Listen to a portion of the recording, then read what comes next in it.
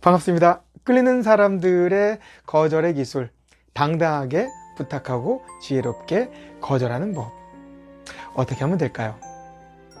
자, 누군가가 나에게 무리한 요구를 합니다. 이때는 명확히 거절해야 되겠죠. 하지만 그 사람과의 관계를 지속적으로 유지해야 되겠다 라고 한다면 진심을 전하고 온 마음을 다해야겠죠. 자, 이것을 우리는 비폭력의 두 손이라고 얘기합니다. 이렇게 표현할 수가 있죠. 한쪽 손은 No, 됐습니다, 싫습니다, 이러지 마세요, 여기까지. 하지만 다른 한 손은 내미는 손입니다. 이렇게 해보는 것은 어떨까요? 자, 서로 연대하려는 희망의 손을 내미는 것. 그래서 바로 이 모습이 비폭력의 두 손을 표현하고 있는 겁니다. 자, 이 부탁, 또 거절의 행위는요, 내가 비굴해지거나 상대를 부정하는 행위가 아니라는 겁니다. 이것이 바로 가장 중요한 핵심이죠. 자, 나의 의사를 표현하는 단지 소통 행위일 뿐이라는 겁니다. 그래서 이 부탁과 거절은 굉장히 중요하고요. 이 과정에서 나와 상대방의 관계가 좋아지기도 하지만 나빠지기도 한다. 여러분, 그 성공학의 아버지라고 불리는 사람들 중에 단연코 나폴레옹 힐이라는 분이 계십니다. 이분의 명언을 제가 굉장히 좋아하는데요. 이런 말이 있죠. 세상은 내가 가고자 하는 길을 분명하게 밝히는 사람에게 그 길을 양보하는 관습이 있다. 양보하는 겁니다. 왜? 밝혔기 때문에. 나는 그 길을 지금 현재 갈 수 없는 상황이야. 아니면 그 길을 나보다 더 잘 갈 것 같다라는 생각이 들었을 때 어때요? 들어주는 겁니다. 뭐 했기 때문에? 밝혔기 때문에.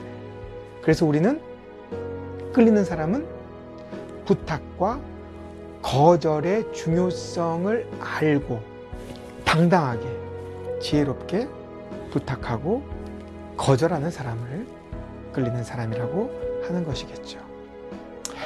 자, 부탁과 거절은요, 결국은 내가 진정으로 원하는 것이 무엇인지를 아는 것으로부터 시작되죠. 영화 부당거래에서 류승범 씨가 한 명대사 혹시 기억하십니까? 호의가 계속되면 권리인 줄 알아, 이런 얘기죠. 송파 세모녀 사건 기억하십니까? 너무나 안타까운 사연의 사건이었죠. 주인 아주머니께 죄송하다라는 말, 그리고 마지막 집세와 공과금입니다,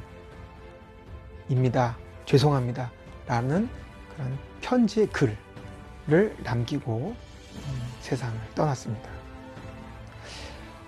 법원에 보면 이런 말이 있다고 하죠. 권리 위에 잠자고 있는 자는 보호받지 못한다.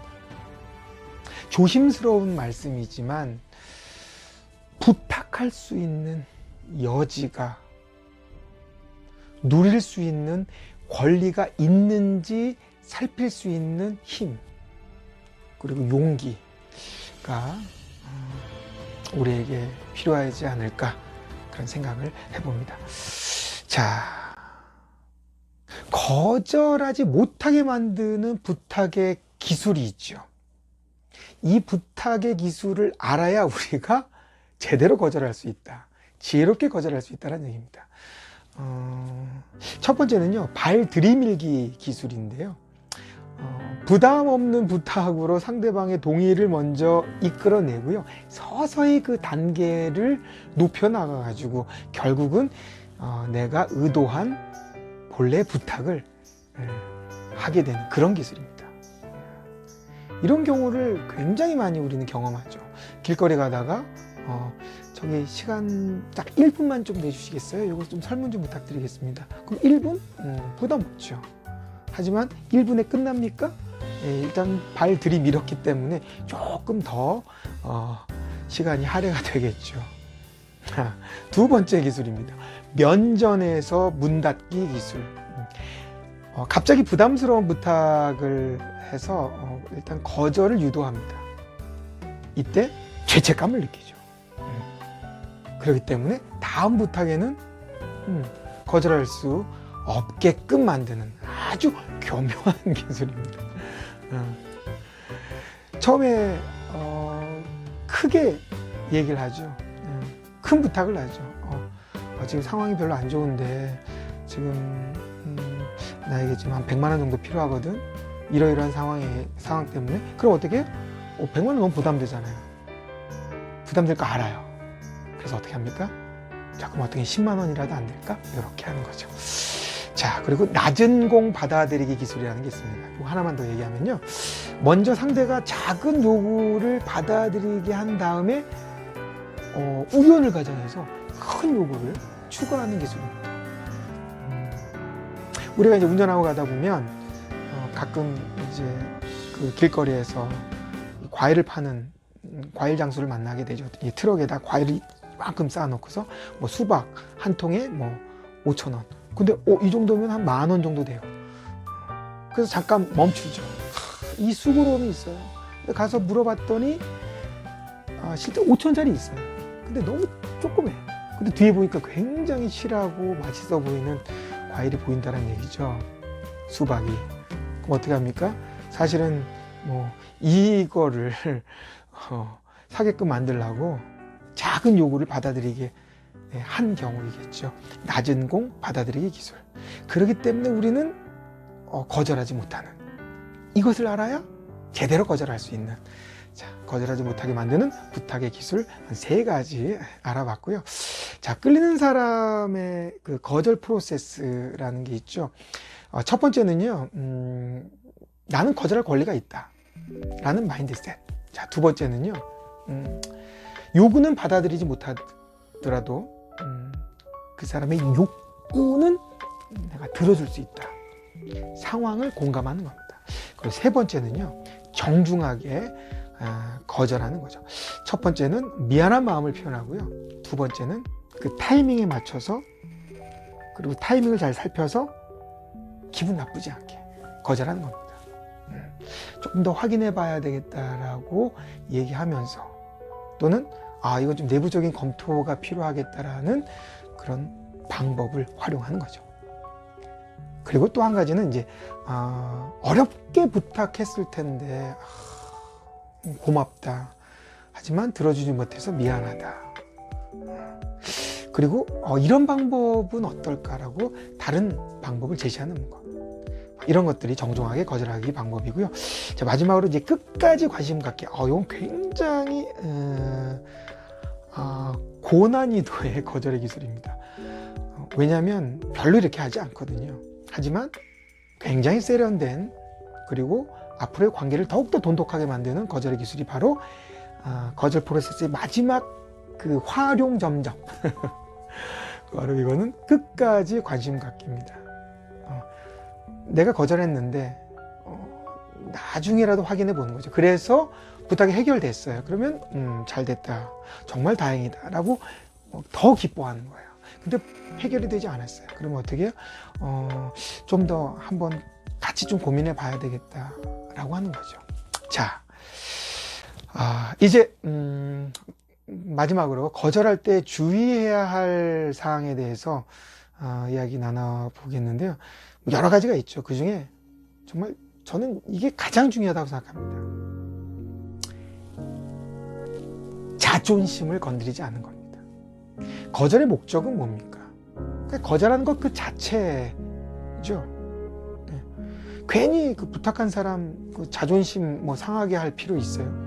없잖아요. 근데 지나치게 단호하게 말해가지고 의도치 않게 상처를 주는 사람 있죠. 심지어 상처난 부위에 그냥 소금까지 확 뿌려버리는 그런 사람도 있습니다. 저도 경험해 봤어요. 예, 깔끔하게 헤어졌습니다. 연락도 안 해요. 사실 뭐 어쩌다 네가 그렇게 됐냐, 왜 거절하면서 왜 충고하고 지적을 하냐 이거죠. 이런 사람은 끌리는 사람이 아닌 멀어지는 사람이죠. 자, 그리고 거절당하기 연습이라는 책이 있었죠. 이 책 한번 꼭 읽어보셨으면 좋겠고요.